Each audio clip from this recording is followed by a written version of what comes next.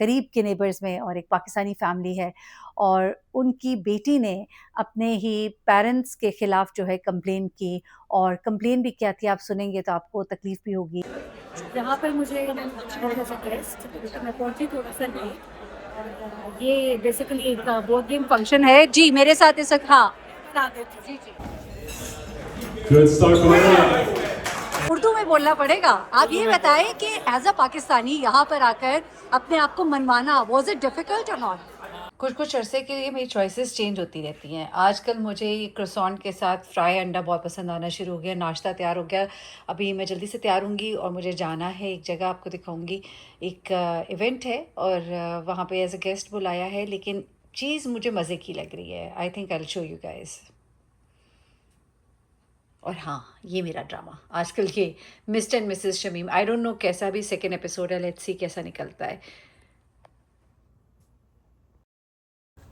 यहाँ मैं पहुँची हूँ, ये बिज़नेस शावर है, एक बोर्ड गेम है जो इंट्रोड्यूस कराया जा रहा है। बड़ा ही मज़ेदार फंक्शन है। मैं थोड़ा सा लेट हो गई और यहाँ पर पहुँचने के बाद जो चीज़ें मुझे पता लगी हैं उससे मुझे जो समझ आ रहा है, it's a very good programme that they are starting, जिसमें ये बच्चों को इस्लाम के मुतालिक बताएंगे थ्रू गेम्स, और which is a very good concept. उसके अलावा यहाँ पर कुछ रेसलर्स, कुछ बॉक्सर्स, उन्हें भी बुलाया हुआ है और उनसे कुछ मैचेस भी कराए जाएंगे, आर्म रेसलिंग होगी। तो ज़रा देखिएगा कि क्या होता है और it would be a good entertainment to watch, I guess. And hopefully it's a pretty exciting episode for everybody. It's exciting for us in the arm wrestling community because it's giving us a chance to present this sport to the public in a way that it's never been presented before. So three is a bit of a condensed format of our official format is 8 versus 8. So if you go to our TA. और फिर ये हुआ कि रोटी खुल गई। जी हाँ, रोटी खुल गई और हम रोटी में मसरूफ़ हो गए। And Montreal has some points on the board. Jason Constantine gets the pin to win with 6 points.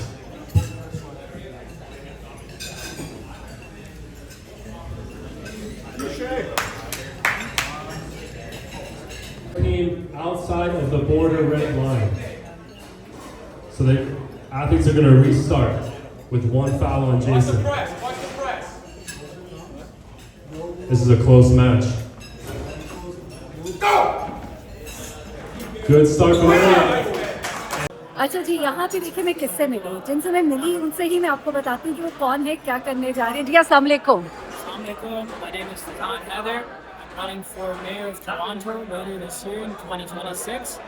And yeah.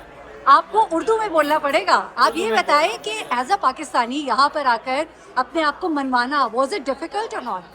आसान काम नहीं था, डेफिनेटली मुश्किल कोई है, लेकिन अल्लाह मियाँ जिसको चाहे ऊपर लेके आ सकते हैं, जिसको चाहे वो नीचे भी लेके आ सकते हैं। तो उसमें अगर हमारा नाम लिखा और इस जर्नी पे अगर हमें सक्सेस मिलेगी तो वो सिर्फ और सिर्फ अल्लाह मियाँ की वजह से होगी और उसके अलावा बाकी हम करेंगे। Is it difficult to make your way being a Pakistani होने के बावजूद ये करना आपके लिए कुछ मुश्किल हुआ कंपैरेटिवली, जो यहाँ के लोग हैं पहले से ग्राउंडेड है उनके मुकाबले में? Definitely. So I came to Canada. मैं कनाडा में आया था जब मैं 2 साल का था। अच्छा अच्छा। तो मेरे लिए बहुत बड़ी blessing है कि यहाँ पे growing up here, I still know my culture, my language, my religion. ये चीज़ें हमने नहीं छोड़ी। तो start there. Number 2, this journey is not easy. आसान काम नहीं है क्योंकि हम history को बदलना चाह रहे हैं। We want to be the first Muslim Pakistani mayor that Toronto has ever seen. क्या करेंगे आप एज पहले पाकिस्तानी मुसलमान मेयर होने के नाते से, आपका क्या इनपुट होगा कि हम भी प्राउड फील करें? Absolutely. So when it comes to issues in greater society, whether that's civic issues, transit, crime, congestion, corruption, all of these things we are going to change. लेकिन उससे बढ़ के भी बहुत several issues in. For example, love, unity, peace, and equality. These are the core focuses that we want to focus on. We want to unite communities, whether you're Muslim, you're Pakistani, you're Indian, you're Sikh, you're Hindu, you're Christian, you're Jewish. We have to start there. We have to first unite amongst each other as people and then tackle these greater issues that are ahead of us. Best of luck. Best of luck. Thank you so much. Okay guys.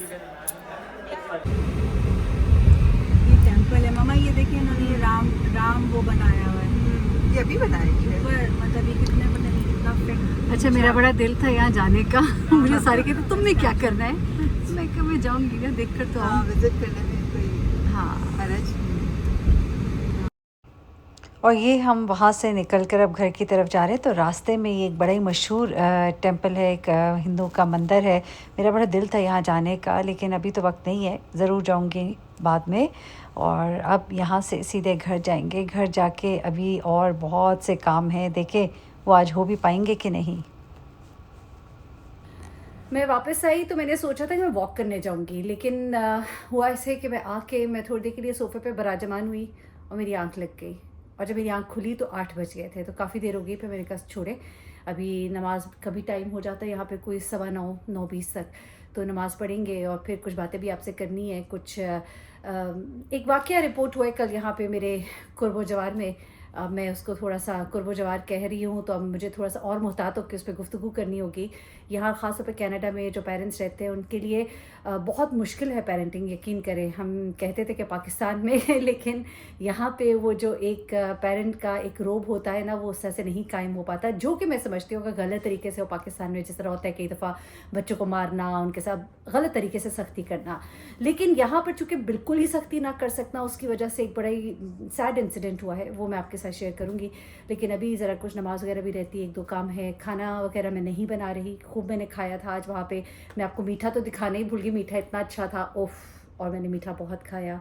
और खाने के बाद फिर मैं पछताई, लेकिन मैं हमेशा पछताती हूँ खाने के बाद।